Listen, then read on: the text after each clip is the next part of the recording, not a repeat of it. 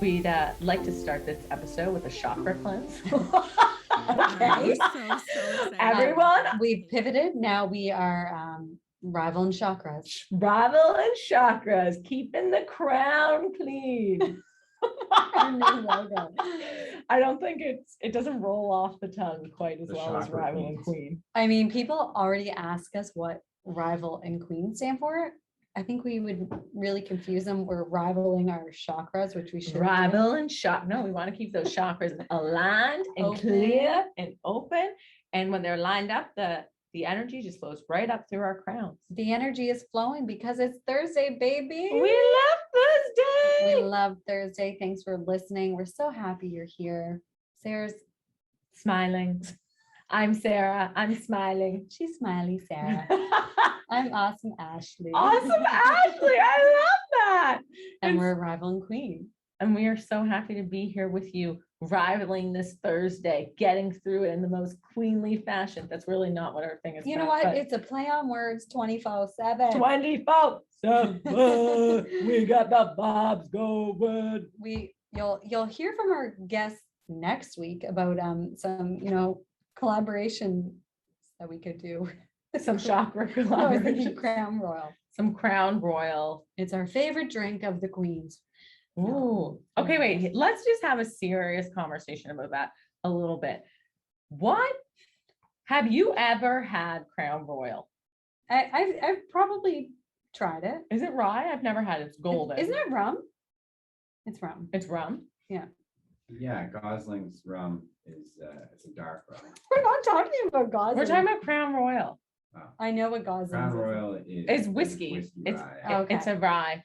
Okay, Mark, our producer, is fact checking us, but I think my dad used to always have a bottle of it. I don't know if he ever really drank it. Certainly as a youth, it was a pretty bottle, and the purple definitely appealed to me. But I, obviously, because I was a youth, was We might love definitely it. not drinking. We're gonna I've drink it. never had Crown Royal. I have had whiskey. I have one incidence of having whiskey. Oh, that's not true. I have had whiskey more recently, but the first time I really had it on its own was when I was in Ireland. We went to a whiskey tasting, my sister and I with our father. And we were out touring all day. So obviously we didn't have lunch, and this was like 4:00. And so they give you like 4 shots of whiskey to try. Wow. I had 2 and then basically was drunk, and dad had to finish both mine and Jennifer. We did a podcast, one of our first episodes, or like back in the early days, was with the booze and bourbon girls. And we tried a bunch. There was like I don't even remember. I do remember they brought a bunch. Makers. Is that no? They might have brought a special makers mark, but it was all bourbons. But One of them was I really would have, butterscotchy. yeah, served the tip that they gave us that would have served me well in Ireland was that when you are smelling it, to keep your mouth open, so that you don't like burn your nose and throat by smelling it. It's like they taught us that in chemistry as children, like waft. Yeah. Don't just sniff Yeah. the alcohol. Let it kind of like Waft into your Breathe. senses. I think that we should go out one night. Maybe I'm picturing this to be at like the Highwayman or something. On Tuesday. And just Tuesday. get like some type of whiskey or bourbon or rye drink. So we're gonna do an independent whiskey tasting. Is that what you're suggesting? Well, I would just like to know if I Oh, like a it. bourbon drink. Yeah. No, see that I like. If I Okay. was having a bourbon drink, I Oh, would so get on ice, you're thinking. a Boulevardier, which is a mixed one, and I'm pretty sure it's like a Negroni but made with bourbon. So I'm pretty sure it's bourbon. Oh, I'm gonna mess this up. It might be vermouth in there Okay, and something strong. else. I'm not a huge cocktail person. I've come to realize there's a handful I'd like, but I don't know. I like a sip or two to try, but I'm not super into these really fancy cocktails. So I'm not a cocktail person anymore, Like I like a margarita, but for margarita. Yeah, no shade. Aperol spritz. Yeah, those are both fun and easy to drink. I did. Oh, sorry, it's bourbon Campari. It's sweet vermouth is a Boulevardier. Oh, And I like Campari. it is good, but it's also like it's all hard liquor. So as someone who doesn't drink often, that's not something I can go out and like. And I just don't like drinking like that anymore. So I'm Who kind of off likes- the Do cocktail. people love pounding those back? I would throw up. Oh, they take, like when I used to drink more, I would have had that as a How cocktail. much were you drinking? I think just more socially. Now it's like, you know, You sound like maybe, a recovering. no, Hey, yeah. when I used to drink so much. When I used to drink more, but now it's like I might drink once a week. Like some days I don't. You're very into this topic. I am. I'm debating giving up alcohol altogether. Go Like, for it. I don't know. I'm just exploring it. I don't even think about it. I just either have it or don't. I know, but that's what I do. And I'm thinking maybe I should think about it and make the decision to not have it so that when it comes up and I'm like indifferent, I always say no. That's the thing that's Or going through my head. if you think about it and you're like, oh, I'd like a glass of wine, or I'd like a glass of. But I sort water. of live like that anyways now. I hardly drink. And what I'm thinking is like, I don't really drink that often anyways. Should I just not drink at all and give it a whirl? Whatever your heart. I haven't really desires. thought through all the scenarios. I don't think you need to make a decision on that. Well, I'm just thinking about maybe I will try it for a while. Go give her. But I'm I'm gonna be, well, it's a new thought that's I entered think my about mind. this sometimes because obviously I'd like to have a child in the next near future. And sometimes I think about it, I think that's right. it's like there's gonna be 10 months technically, Yeah.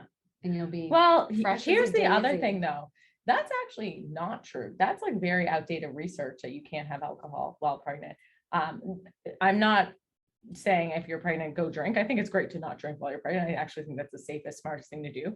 But some of my friends, while pregnant, researched it just because they wanted to understand like what was the research behind this. Because apparently in France, But in Europe, they yes. recommend women have like a glass of wine while pregnant still. I think it's probably safe to assume they draw the line here in North America, at least, to say don't, because people don't know how to Regulate. live within the means. Well, no, That's true. in Europe, it's a different part of our culture. lifestyle, Yeah, they yeah. might have a small glass of wine with a delicious meal at lunch, but they're not getting like cracking a 12-pack of Coors Light and going buck wild. Like That we know of. That is true. And I just want to reiterate so clearly, I'm not advocating for anyone drinking while pregnant. Please do not listen to But my I think- music. I think a sip or towards the end, I have heard of people having, like a small glass of wine, and it's probably fine. You know, who knows? We know nothing. We know nothing. We are both childless for now. Mhm. That could change at any moment. By the time this episode's out, Well, I'm not going to have a child by the time the episode's out. anything's possible. Anyway, But, we've you got know. wildly off track. Oh, but this is the joy of this, you know? Yeah. It's another Thursday. These are the topics coming up into our minds. But you know how you can balance How we can balance babies. toxins and alcohols in your body. Ashley, tell me, how can we balance the toxins and alcohol in our body? Okay, well, this week we talked to the founder of, oh my gosh, my voice just went. Oh, can I Tracy get Bell. you? Can I get you a cup of tea? I was the creator and founder of Millennia TEA, which is the only undried frozen tea. It's a green tea loaded with antioxidants. It is a fresh leaf tea that they flash freeze. So you Boom. buy it in the freezer, not in the grocery store. Yes. I reiterate this because I just think it's like, it's wild and they are revolutionizing. They are revolutionizing the tea game. Yeah, and her story is incredible. How this all became to be. You just looked at me so crazy that No, I was, is her story incredible? No, I'm just kidding. tell me more about. She's like, what? Go on. No, like Sarah said, when you're picturing frozen tea, you Mhm. may not even be able to picture it, but picture frozen spinach, frozen kale, stuff you're putting in your smoothies or cooking with. It's found in the same section at the grocery store. And it's that same, like the tea is beautiful. It's big pieces. It's a different green than you're used to seeing. Oh, in dried I've tea. only had the cubed. I've never got the fresh leaf. of Oh, I it. have the fresh leaf right Yeah, now. I get the cube and I put them in my smoothies. Mhm. We're big fans of Millennia TEA. Yeah, and basically that just portions it, but in the bag, when it's just Yes. loose tea, just scoop it out, a tablespoon in your tea or your smoothie. Oh, so this is why we want to get Tracy on because we're super fascinated about this. It's kind of interesting because we all think tea has like been there, done that. It's existed. There have been wars fought over it. It's ancient. Truth. And so it's kind of fun to hear how a company in Moncton is changing the tea game internationally. So in this episode, we learn all about how the company began. We talk about why Millennia Tea is the ultimate free radical fighter. It's like the best superfood for antioxidants. We also talk about the T-Mafia, which I was obsessed with, and some misadventures Millennia's had in creating their tea. And that's the shtick. And her experience on Dragon's Den. Oh my as God, well. yes. We talk about Dragon's Den. Yeah. And it's so cool. I think we all hear the word antioxidants all the time. We know they're in so many good, rich, like dark green things or berries, but it's really cool how just this tea is literally a superfood and helps remove free radicals in our bodies. Like Listen, wine. and the boulevardiers that we're not drinking. But you know what? I'll up the antioxidants. Maybe I'll swap that out. That'll be my new, instead of a wine, I'll have an iced tea. Ooh, That I could be do it. like an iced tea. I Oh. bet that would be good. Iced. And I yeah. could mix in some Perrier, have an iced tea cocktail. Mhm. I'm just spitballing recipes here. Tracy, feel free to take any of them or none of them. Before we dive in, I am going to, so check out Millennia. If you want to connect with them, you can at Instagram.com/Millennia_T. Why did I do that? I don't know. I'm sorry for the reaction. I was like, where is she going? Oh, I gotta cut this. No, this is good. Mark, can you edit this out? I'm gonna keep this in the online version. I thought It's this was funny. great. Okay, so Instagram.com. so you can collect with Millennia. Guys, I've got the time connect. The time change is getting to me. MillenniaTEA.com. It's very easy. It's in the show notes. You can also connect with them on Instagram at Millennia_T. That's where you can contact them. But before we start and dive into our conversation with Tracy, I'm just feeling something's going on in the universe. And like, I've been wanting to, I didn't want to go to the concert last weekend and I didn't want to go to the soccer game. I wanted to go, but I was like, I don't want to be around people. I'm feeling sensory overload. And you're the one that booked the concert for everyone. No, I wanted to go, but like I got there and I was like, my heart wants to be a hermit right now. I totally understand. The Marquis did a fabulous job with, trying to manage these sorts of things, but So many I people. preferred when we went and saw Dave at the casino. When we were seated. That was, maybe we're getting old. I don't think Is that what's happening? I don't think we're getting old. I think there's times every seasonally in my life when I just don't want to be around people. I want to be alone in my house. Yeah, And but I I think feel like that's that the all the time. season. And you're the one that like you're booking things. I'd like to go out. Yeah, you're always, and sometimes I feel bad. I'm like, I don't want to, but I do. No, I know. I like to go too in spirit. But then sometimes I plan No, things in sometimes I don't. advance. But then when I get there, I'm like, Mhm. if I hadn't invited all these people, I would have just stayed home by myself and I would have been just as happy. Yeah, it was a lot of people. I would have been happy watching Dave on a live stream too on my house. Yeah. 'Cause Well, he was so fabulous. he was so good. And I'm not bothered by the people. I'm just saying, I think there's something going on with the stars. My energy is low or in like But I think a hibernating lot mode. of people, it's been a lot, and we had a busy weekend, and I think that's just, trying to get back to like normal, but maybe we don't need that right now. What I'm saying is this has nothing to do with the pandemic or coming out of that. Like I didn't want to go out Friday night. Okay. I'm saying like there's like something in the stars that's like outside of all those things. I think there's Yeah. something going on. That's okay. Sometimes we want to stay home and be at peace. At peace. And other times she wants to touch 1,000 people in, I know. I was shocked. I was shocked by the whole. like, because I never my whole- want to do that. I know. I want to do that all the time. And then Yeah. I remember so distinctly being like, I want to go home right now. You should have told us. We could have, but we did. We got out of there. Oh, I love it. Anyways, we've rambled on, and we appreciate you being here and listening. And thanks for listening. Write us a review, subscribe, do those things. all the things. We appreciate it, and it goes a long, long way. All right, guys, we love you. Let's dive into this episode with Tracy.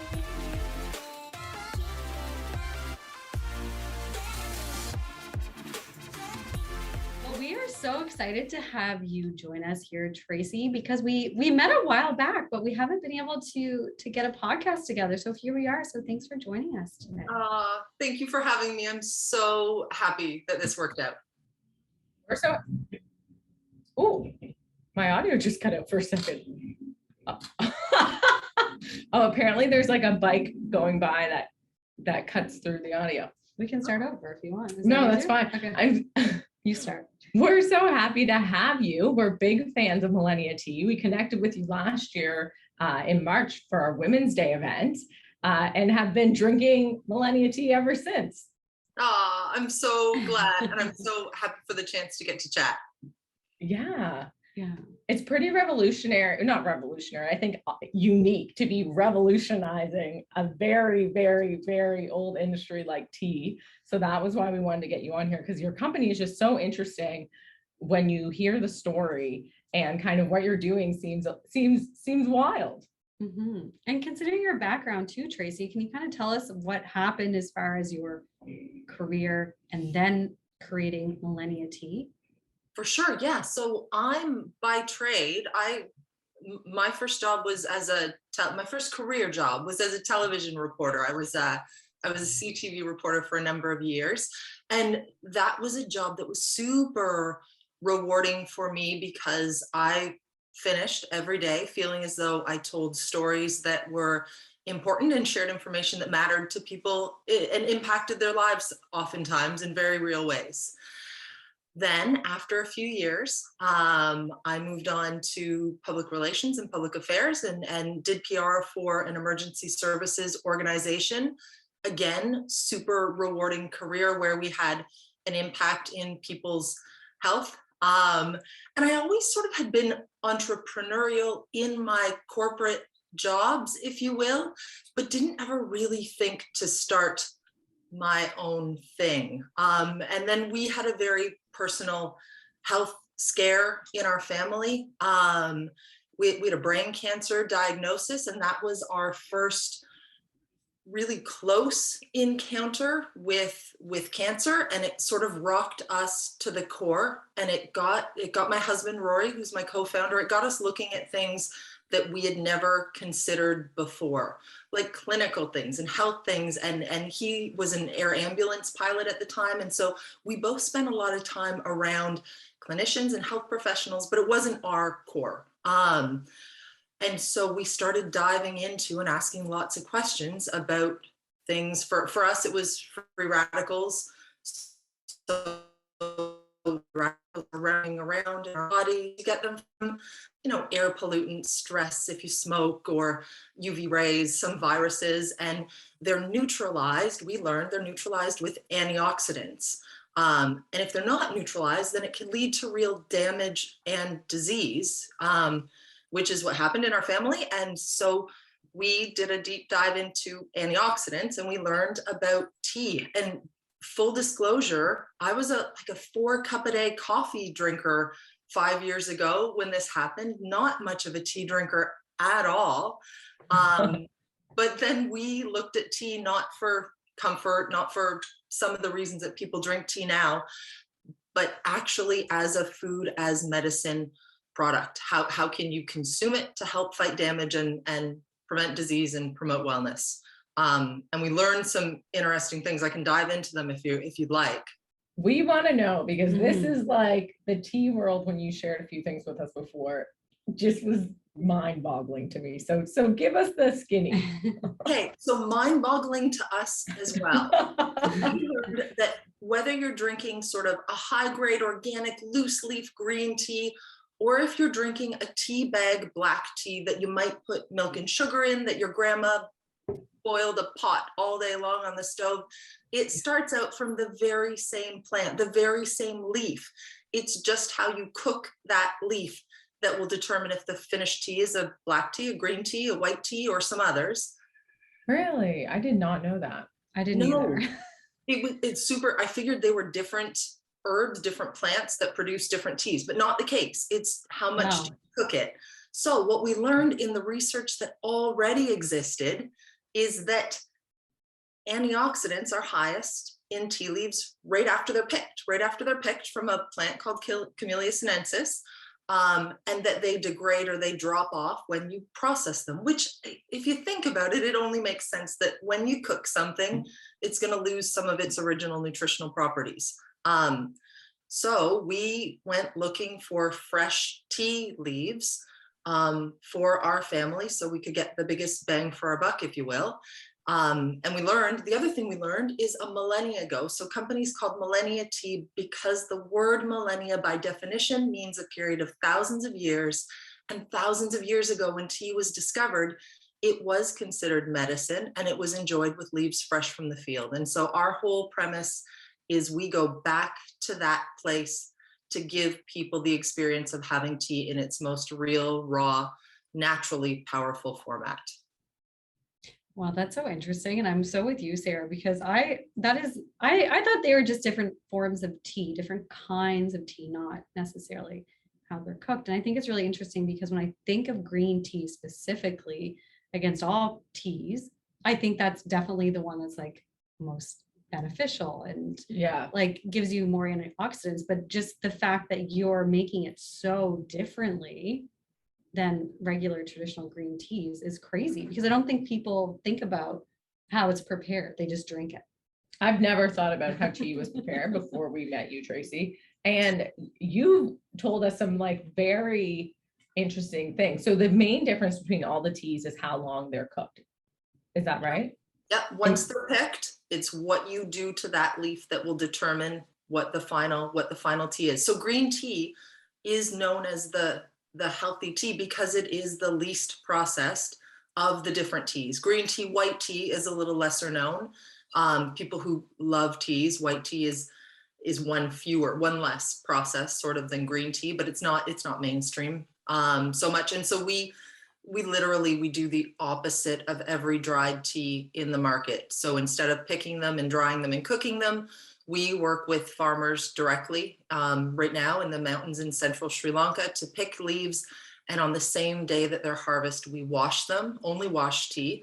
We wash them and we flash freeze them so that you get the most antioxidants, and it makes tea food. And so you can use the leaf in ways that you would never use a conventional dried tea. Right. Like in smoothies. In smoothies, but you guys also use them in recipes too when you're cooking, I've seen. So it's super fun because I'm not creative in that regard at all, but we work with some really cool chefs to do things that I would never consider, like tea infused overnight oatmeal and different sauces and pestos and all kinds of interesting recipes, in addition to certainly using it to boost your superfood smoothies and give you sort of the energy and the antioxidants and the L-theanine to help with easing anxiety while boosting immunity and all the other benefits that you get from consuming tea. Can you tell us what's up? So I want to hear more about the tea industry, but before we go on, I just want to understand, like, what are the benefits of having all these extra antioxidants? And like, because that was originally the mission that kind of started this whole company for you. Right. So it's a long list. The reason for us, the impetus for getting in this is if you take Egcg antioxidants. So Egcg is one of the many different types of polyphenols or subcategories of antioxidants, and it's known as the darling or the powerhouse antioxidant in tea. So if you drink green tea for health, you drink it for Egcg antioxidants, whether you know it or not. Egcg means epigallocatechin gallate. And so for us, it was neutralizing free radical damage and by extension, helping to prevent or fight disease. But antioxidants, so the compounds in the tea leaf that we maximize with our sort of patented process for safeguarding the most antioxidants. So there's Egcg antioxidants, and then there's L-theanine, which is a beautiful caffeine regulator found in the tea leaf. That it's L-theanine is getting a lot of good press right now for its ability to sort of ease anxiety and help with sleep. So when you take L-theanine and you combine it with the naturally occurring caffeine in the tea leaf, so about half of what you get in coffee, when you combine those, you get the energy without the crash. And then when you add in the Egcg antioxidants, there's like this beautiful synergistic effect to help with all kinds of things. So that many of them, so brain health, and folks who suffer from sort of neurodegenerative diseases, really helpful for that. And then you look at heart health, cardiovascular health, then there's gut health. The antioxidants with caffeine and the L-theanine serve as a prebiotic, so creating the right environment in our gut for all the good bacteria to thrive. And then there's help for metabolic health, and then boosting your immune system, and the list goes on. Oh, So many benefits. I know. There's I a find lot. It is. And then there's Yes. other compounds in the tea leaf as well. There's GABA and there's potassium. And in ours, because we treat it as food, there's higher levels of protein and fiber. So, I mean, if you break our diet down to the basics of what you need protein, you need fiber, you need vitamins and minerals. And there's lots of that found in the tea leaf that makes it a superfood in so many regards when people are looking to, up your nutrients in order to increase longevity and live your best life now, and not sort of decay or degrade as we get older. yeah. So because you are treating tea so differently and doing it differently, like you said, it's a food, it's something we can actually eat. How has this been for you in the tea industry? Because traditionally so many companies are doing it by cooking it. How has that process been for you? So interesting, for sure. And we've been able to capture the attention of the largest tea companies in the world, because what we're doing is so different. And we've gone to the biggest tea show in the world for specialty teas, and we were named most innovative new product. And there was a fun part. The gentleman who won a couple of years ago, pre-COVID, when we were at the World Tea Expo, you have the different awards, and then the big award at the end is the Lifetime Achievement Award. That's the guy who gets to make the 20-minute speech. And I remember in his acceptance speech, he said, there are 3 things that I want the industry globally to know about, that we should all be watching for as the years move on, as we move to the future of the industry. And one of them was, there's this little unknown tea company in Canada, and we all should be watching them, because when the world finds out that they wash tea and they treat it as food, there could be regulatory implications for the rest of the industry. So to answer your question, the industry's watching us, and we have some great mentors who love the business, who think what we're doing is really innovative. And that's exciting to folks. And then I expect probably people who look at us and think that we're a bit of a threat or a disruptor as well. Absolutely. What I find this interesting, because tea is just such an old industry, as you said, millennia. So it is so funny that all these thousands of years later, you come up with a new innovation for tea that's truly new. It's not like mixing in flavors. What has been kind of some of the challenges with the business and really pioneering in this way? Oh my gosh. How long do you have? So we wondered for the longest time. I was like, if the science on what we do, and once we had our hypothesis on the science of what we do, we then went to go and confirm that. And we've spent lots of time working with biochemists and labs, testing the polyphenols and all of the other things in the tea leaf.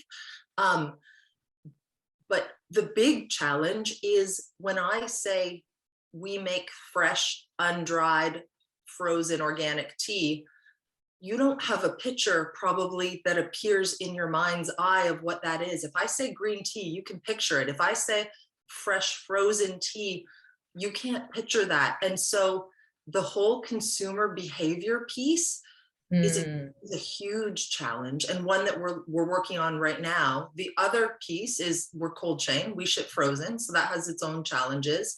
And the third piece, the thing that took us so long, took us years to figure out, is sourcing, because I can't source tea from anywhere, and I need to work. I work with farmers directly who have to be in specific geographic regions that have tea that produces the highest antioxidants, but also is really close to a BRC certified manufacturing facility to be able to do that wash, flash, freeze on the same day the leaves are picked. And tea is largely grown in rural areas, the mountains, the highlands, the rainforest, not in places that are handy to a facility who can do what we need. And is that part of the reason you think no one else has really been doing this for hundreds of thousands of years because of those types of complications? So a couple of things. That would be a barrier. Trying to get people to buy tea in the freezer when there's not a category for it, certainly Right. a barrier. And then there's like, you have to get your own like import export codes. What we did wasn't recognized by governments. We lost so much product because as we were bringing product over from Kenya or Colombia, from Kenya, I couldn't get it to Canada because they wouldn't recognize it as being tea. And What did they think it was, Tracy? they thought they thought it was something else. In Colombia, in particular, raw tea leaves look just like raw cocaine leaves, like just Really? exactly. And so my God. getting product out of the country was just so much of a challenge. And so I think that the cost of doing business the way we do it, the consumer behavior piece, and the other factor that's worth mentioning is tea is like wine insofar as what makes sommeliers tick. It's how can I impact that product? How can I impact the grape to bring out different flavor notes and different profiles and different aspects? So tea's the same. So folks who are tea sommeliers, and that's a real thing, they want to bring out smoky notes or different berry or chocolate notes, things that I'm like, oh, I think it tastes great on its own. And I really don't care about those things. I just want to be able to say I have the freshest and healthiest tea in the world. So that's the other piece, is people who love tea love to manipulate it to bring out different flavor profiles. I just have to add on to this because when I was at Fortnum and Mason in London a few years ago with my sister, like we have no idea how big this tea world is. And you definitely do. But I remember being there and looking at this list. So I went to High Tea. You can pick, there's like 1,000 places you can go in London. We picked out Fortnum and Mason. We did the whole research. Anyways, the tea list is like 100 teas. And then of course they have their head tea curator who travels the world finding teas with the perfect smoky notes. And there's like the tea that Queen Elizabeth drinks. Oh my God. And I remember sitting with my sister and just being like, can you imagine growing up and being like, I'm going to be a tea taster? It seems like insane to me. But as you're talking about this, I feel like it is a world. It is like well, you've mentioned before, Tracy, the T-Mafia, and I'm like, I get it. Like, I believe that it exists. And the comparison to wine is so good because that is just seems so normal to me and to us, but tea is just, yeah, like you said, Sarah, a whole different world. It is, and it's fascinating. And it's super fun to dive into that world and to learn about it and to understand it. The travel that we do is just where can we find growing regions and geographies and partners who have beautiful practices and are working toward doing something really great. So our partners in Sri Lanka is where our tea comes from right now, in the mountains in central Sri Lanka near Dambulla. It's a beautiful place. We were there just before COVID and really want to get back soon. But Sri Lanka's government announced back in the spring that they will be the world's first 100% organic producer country. And so you can't use pesticides on your produce in your farms anymore. And our partners in Sri Lanka are leading the way. They've produced the first and only organic fertilizer, and it is creating, like, it's the crop yields are so much better. And the research that they're doing just is going to have such a beautiful story around sustainability. And those are the things that we look for when we're choosing who our partners will be in producing. That is amazing. I did not know that Sri Lanka is going to be all organic. I'm like very into this. I don't know where half of my tea comes from, but I'm going to start looking. I don't care. All their produce is going to be all organic. That's amazing. It's cool. It is presented a real, like a crisis in that country in this very moment, because most of the farms, so 87% of the exports that come out of Sri Lanka, so the primary revenue driver for the country is tea. But the lion's share of the farmers there don't know how to be great organic farmers. And so there's a huge learning curve. There's big education that needs to happen. Yeah. But that's the work, and that's the legislation now. And so it will be the case. That was so interesting to see unfold and follow. Okay, so Tracy, you mentioned before that you're found in the frozen food section at the grocery store. So it's definitely different when people are shopping for tea, whether they're in the health food section or the regular tea section. This is like a new category, a new section, a new way for people to shop. So how are you guys kind of like educating people to lead them in your direction, and how can we help? Yeah, so a couple of things there, and thank you. We tell folks that you would find us in the freezer beside your other superfood smoothie boosters. So we live beside the frozen wild blueberries and the other frozen fruit in the freezer. And then we're working with the folks.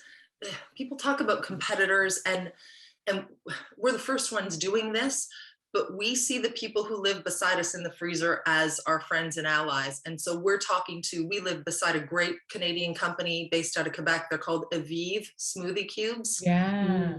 And so we're talking to them to look at how can we work together to build out the healthy frozen beverages category. So we're not a row living in a weird section, but actually have a full section in the freezer, because consumers more and more are looking for that.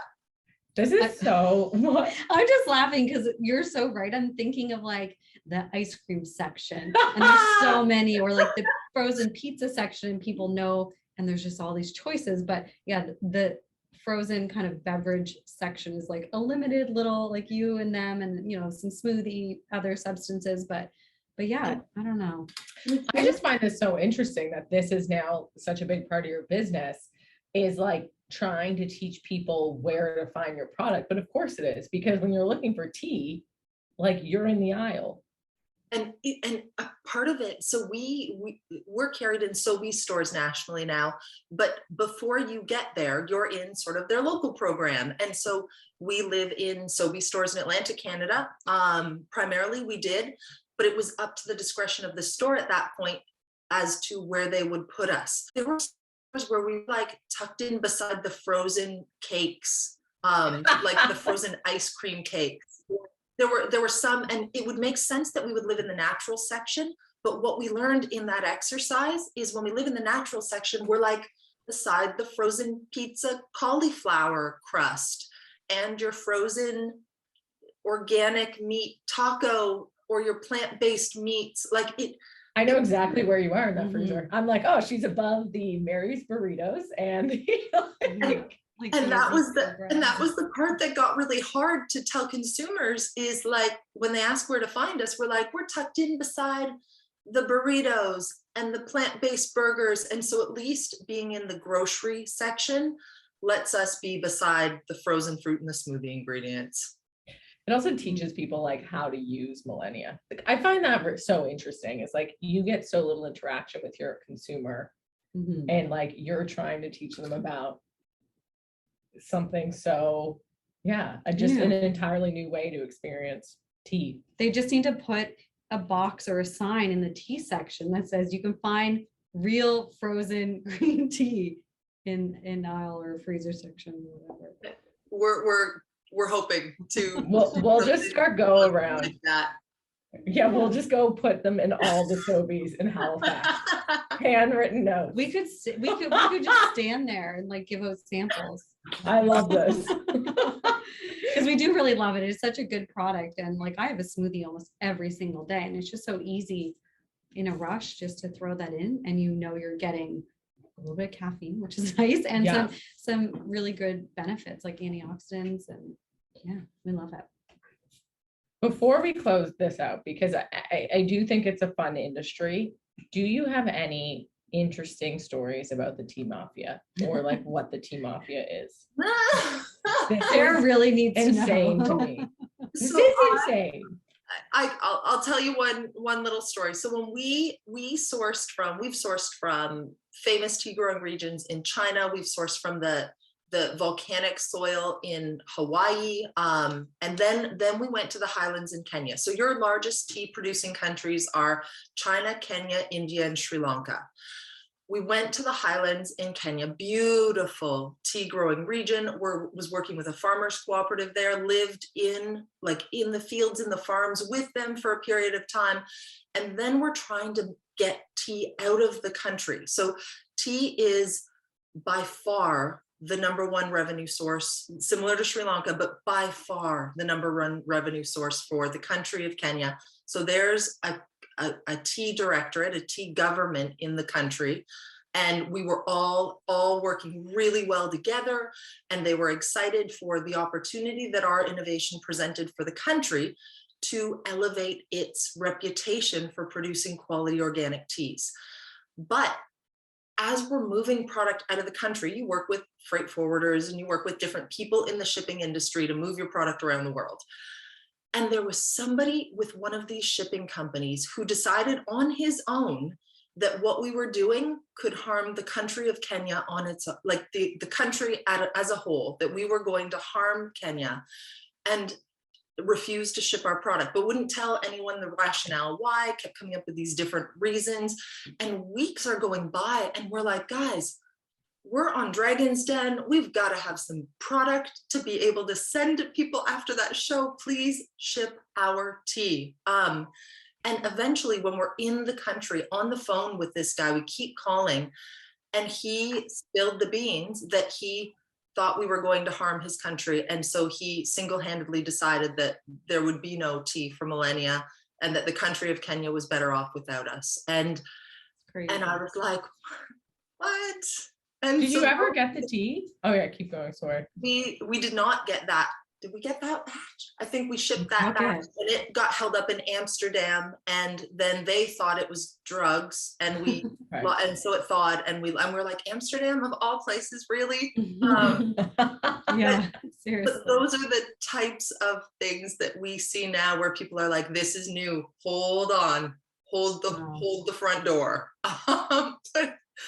So I love it. I'm sure there's some darker stories too, Tracy, that you can't share with us. there are some that I'm probably not going to talk about on the podcast. Those will be. I want to know Sarah's those like, after. tell me offline, please.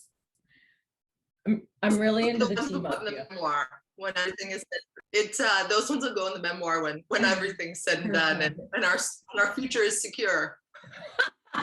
And the T-Mafia is not coming after you at your home. Yeah. I love the idea of the T-Mafia. I think it's so badass. It makes me happy. I've got just a random question, because you mentioned drinking lots of coffee and you're obviously drinking tea all the time. Now, do you drink coffee at all anymore, or? So you know what, I didn't. I went like a hard turn because I drink tea all day long. I was getting lots of caffeine and feeling great, but so I started making my own nut milks. And I love making my own nut milk. And so I've started having coffee on the weekend. It's now a special treat. And I have nothing against coffee. I think it's great. I get all my caffeine that I need from tea. And so I do notice that I get sort of the jitters when I drink it, but it has become a special treat for me on the weekend and a vehicle to consume my nut milk. So I have coffee with homemade cashew or almond milk on the weekends, and I love it. I savor it. Ooh, I love that. Tell us a little bit about your Dragon's Den experience, Tracy. How was that?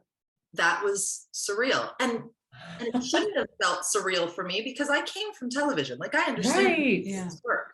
And so I said to Rory, my co-founder, who's also my husband, when we were going to go on the show, I was like, Rory, they can make you look however they want, except if you don't let them. I was like, we're going to have grace the whole time. We're not going to have any screwed up faces, nothing they can cut to commercial break with and make us look like weirdos. But then what happens when you're actually there? So they set up your display, you go down, the dragons are super far. This is pre-COVID, so we were actually there in person. But then what happens is you're talking and they start talking over each other to different people. And so you look at each other like, should I talk or should you talk? Should we talk over each other? And Oh my that's God. how you get those like screwed up looks on your face, because you're like, who's talking here? And Where it do was I a great focus? experience. Yeah, it was a great experience for us. We were in the den for probably 45 minutes, and it gets cut into a 7.5 minute episode. And it was a great experience. We had multiple offers on the show, and so we had a successful appearance. But it's fun. It's fun television. It's fun television, and it's nerve-wracking. Absolutely. It's funny though to hear you say that, because it is a world that you come from, just that when you get there and you're there in a different role, The other right? side, yeah. Totally. I'm really comfortable asking people questions. Not as comfortable. I've had to like get used to it a little bit of being on the receiving end of those questions. But I will say something that's kind of neat for me is what got me into journalism was telling stories that impacted people's lives in a meaningful way and helped create something important. And it's a really neat feeling as I look back on my career.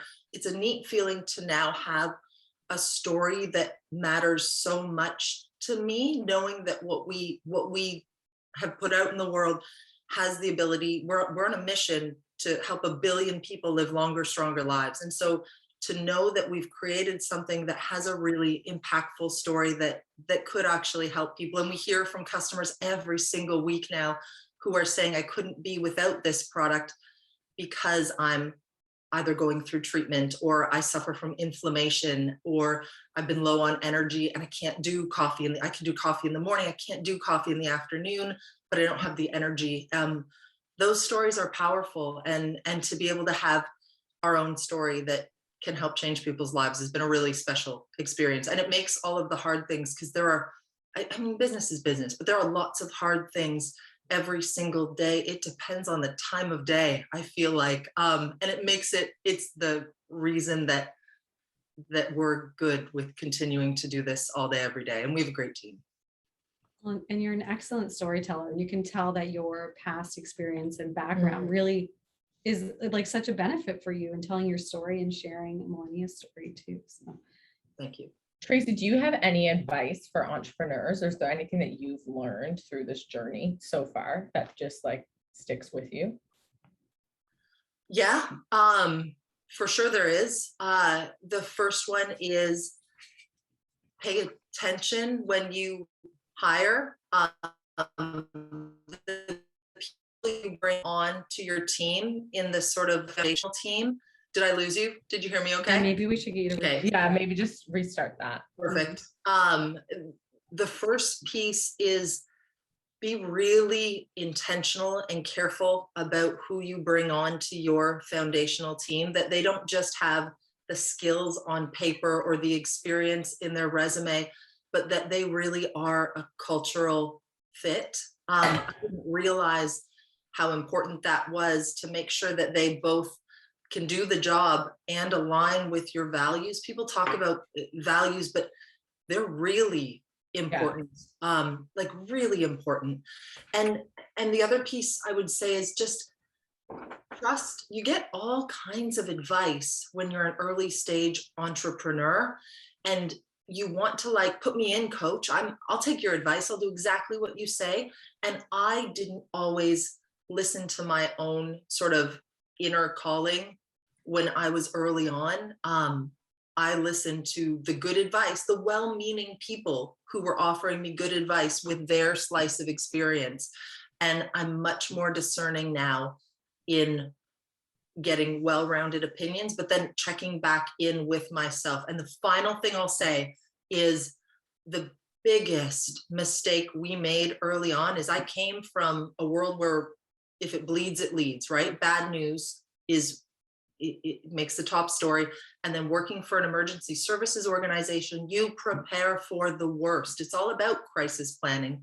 When we started our business, I brought that same mindset into our company, and I prepared for the worst. And lo and behold, we got the worst. And I can tell that story another time. But literally expected the worst and got the worst. And it was really, really painful. And there was a moment where I realized you've got to shift your thinking. And now I don't want to say I don't look at the bad stuff, but I stay squarely focused on the good that I want to do in the world and the positive impact that we're going to have, instead of focusing on our current reality or the bad stuff, because I sincerely believe that what you conceive and believe you achieve. And so expect the good, expect the best.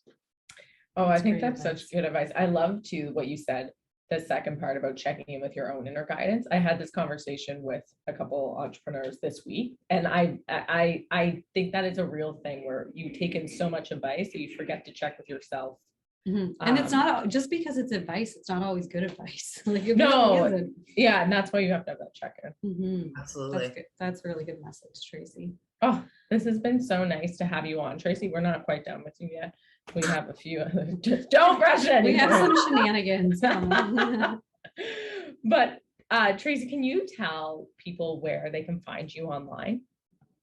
Absolutely. So we are in retail stores across the country, and we also engage with consumers, and you can buy us online. My website is www.millenniatea.com. Millennia is MILLENNIATEA.com. Amazing. We'll put that in the show notes. Mhm. And people can connect on Instagram as well with Millennia TEA. You guys share lots of fun recipes there. I had a recipe mishap when I was making a video for Millennia TEA a while ago. Well, Sarah, I wrote her because she popped one of the little cubes into her already blended smoothie. And I said, Sarah, you're supposed to mix it. And she's like, no, but I did that after. And I said, well, it doesn't show that. It looks like you're like, here's the finishing touch. I'm gonna put this in my smoothie as an ice cube. And everyone thought that. So I had to remake a video to explain that you blend the Millennia TEA in. You don't just stick the whole cube Just in. like all your other frozen veg or fruit. Yeah, you treat it just like all your other frozen veg and fruit. So you can get Millennia TEA in the frozen food aisle. Try it out. Yeah. We're big fans of it. No, thank you so much. So Tracy, before we wrap, we do want to ask you, what is lighting you up right now? What are you excited about? Oh my gosh. Okay. So many things. Let me think for a second. Something that is lighting me up right now in business is we're one of those companies that needs to raise investment in order to grow. We have to, I'm going to start that sentence over again because it looks like maybe we paused. So something that is lighting me up right now is we're one of those companies that needs to raise investment in order to grow, only because the consumer education piece is such a big component of what we do. So I'm in the middle of a fundraising round. The fun part of that and what is lighting me up is you don't always get to talk to new people who are specialized in your industry every day who have never heard of you. And so I'm having conversations with really, really influential and incredibly accomplished people in all kinds of places, but in the US and in some other parts of Canada. Ooh. And it is so much fun, one, to watch them light up when they hear about our product for the first time, because we are a category creating patented global innovation. But secondly, just to have the ear of those people and get advice and get linked into their network and meet. I love relationships and I love people who are doing incredible things. And through a process like this, you get to meet such incredible people who I would not have access to otherwise. So that is absolutely lighting me up. And the second thing is we're working with, and we hope to be able to share news soon about some sort of culinary partnerships to promote our product in ways that just surprise and delight and are going to be really fun. Oh, that's exciting. I love both of those. That's lighting things. us up to even learn. I hope you get to talk to some T-Mafia members. At the top of the top. Wow. I'm just joking. I am obsessed with this idea of the T-Mafia. Maybe that'll be my Halloween costume next year. That would be great. A T-Mafia. Just covered in tea leaves. in like a suit. Oh yeah, in a suit, faux show. I love that so much. Oh, all right. Before we go, Sarah, what are we gonna do? We're gonna play a round of Queenie Grams, Tracy, which is our made-up game, and is very Don't easy. be scared. You look scared. All you do is pick a number between 135, maybe 138, and we'll ask you a question between 1 and 138, and then we'll all go around and answer it. We'll all take a turn. Ready? Someone did this to me today on a podcast, and I was never so ready. They're like, we're gonna play a rapid fire question. You're like, line them up, baby. I've done this before. All right, Tracy, give us a number. Any number to start? Between 1 and 138. 12. 12. Oh, wow. You really went for the low end of this thing. Okay, tell us about your best hotel experience. Oh my gosh. So this is my son he's 10 now, but a couple of years ago he was 8 and he had to go pre-COVID, he had to go to a hockey tournament in a city a couple hours away.